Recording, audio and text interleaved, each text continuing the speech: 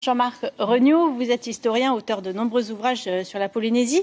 Alors, il règne une certaine confusion autour de cette notion de désinscription. Édouard Fritsch ne l'a pas officiellement demandé, mais une question a quand même été posée par la Papouasie-Nouvelle-Guinée à ce sujet. Oui, mais les débats devant la 4e commission sont très libres et chacun des États membres peut proposer quelque chose. Ensuite, il y a une discussion et puis il y a un vote et ce vote est transmis à l'Assemblée générale. Donc tout est toujours possible, mais d'après ce que l'on connaît des évolutions de l'ONU, c'est toujours très lent et on part sur la réinscription et il faudra sans doute un certain temps avant d'arriver à la désinscription, si tant est qu'elle arrive un jour. Est-ce que la France pourrait amender cette résolution ? La France, je ne sais pas, parce que là, elle a pratiqué un peu la politique de la chaise vide. Oui, en tant que membre de l'ONU, elle peut le faire, comme peut le faire n'importe quel pays qui a 2000 habitants et qui est inscrit à l'ONU. Édouard Fritsch, en tout cas, a dû jouer un petit peu un jeu d'équilibriste par rapport à sa position avec la France, la Polynésie. Oui, tout à fait. C'était un jeu très compliqué qu'il avait à mener, parce qu'il devait à la fois défendre la position française, sans apparaître comme quelqu'un qui est à la remorque de la France. Mais il y a en plus quelque chose de tout à fait remarquable dans son discours, où il a essayé de prendre les indépendantistes à contre-pied, c'est qu'il a reconnu qu'un certain nombre de choses qui ne vont pas en Polynésie, ce n'est pas à cause de la France, mais à cause des Polynésiens eux-mêmes qui défendent mal les intérêts des Polynésiens. Alors, Oscar Temaru et 17 intervenants hier devant donc, la 4e commission. La France a été particulièrement malmenée. Il y a eu des mots très forts comme il a été question de mensonge, de génocide nucléaire, d'empoisonnement. Alors que dit l'histoire? A-t-on forcé la main aux Polynésiens à l'époque, aux élus polynésiens? Oui, on les a mis devant le fait accompli. Le général de Gaulle a reçu une délégation qui était venue à Paris pour demander une aide, puisque la Polynésie était en pleine déconfiture à l'époque, toutes les ressources étaient en train de s'effondrer, et la population, elle, augmentait très très fortement.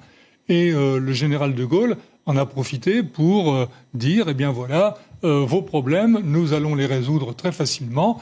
Je vais vous installer un centre d'essai nucléaire, il l'a pas dit comme ça, mais c'est ce que ça voulait dire, et vous n'aurez plus de problème.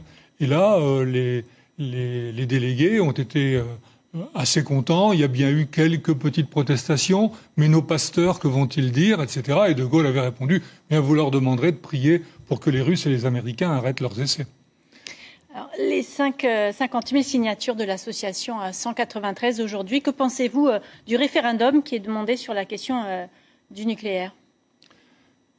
J'ai déjà dit au Père Auguste que je ne voyais pas très bien quelles questions il pourrait poser aux Polynésiens. Si on pose comme question est-ce que les essais ont été dangereux, ou si on pose comme question est-ce que la France doit payer davantage, la réponse sera oui. Et ça n'est pas un référendum si la réponse est définitivement déjà donnée. Alors maintenant, la procédure réelle du référendum, ça fait partie des compétences éventuellement du territoire, mais c'est assez compliqué, c'est sur une loi du pays qu'on peut soumettre un référendum.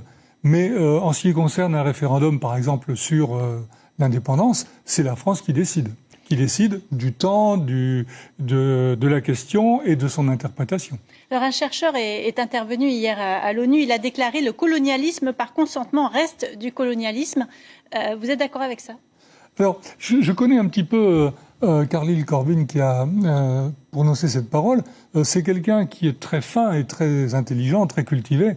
Et en prononçant cette parole, je crois qu'il a fait allusion en fait à un poète français, Étienne de la Boétie, qui avait écrit un livre sur la servitude volontaire. Et là, donc, il a utilisé la culture française pour renvoyer la France à sa culture de la liberté et dire en quelque sorte, bien, est-ce que cette culture de la liberté, vous l'appliquez aussi ailleurs ? Alors la question de la réhabilitation de Pauvana Opa a été abordée également.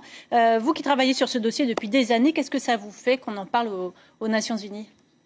Évidemment, ça me fait plaisir que ça prenne cette dimension. Mais ce qui est très important, me semble-t-il, c'est que malgré tout, dans la classe politique... On voit la couverture de votre réédition. Qui va sortir dans 2 semaines. Ce qui me fait plaisir, c'est que sur un certain nombre de points, il y a quand même un consensus qui s'établit en Polynésie. Regardez, sur les essais nucléaires, tout le monde est à peu près d'accord maintenant aujourd'hui pour considérer que ça a été préjudiciable. Bon, sur Puvana, tout le monde est à peu près d'accord maintenant pour dire qu'il a été injustement condamné. Alors que disent les archives que vous avez eu l'autorisation de consulter rapidement Eh bien, les archives montrent que Puvana a été éliminé de la vie politique polynésienne par la volonté directe du général de Gaulle.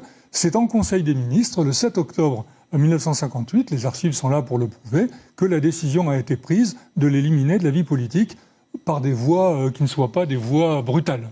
Vous parlez de consensus, je crois savoir qu'une préface un peu particulière est dans votre livre. Oui, alors justement, pour montrer qu'il y a des points dans la vie politique locale où le consensus s'établit, eh bien, c'est que les représentants des 3 principales forces politiques du pays ont accepté de rédiger une préface de cet ouvrage. Merci beaucoup, Jean-Marc Regnault, d'avoir accepté notre invitation ce soir.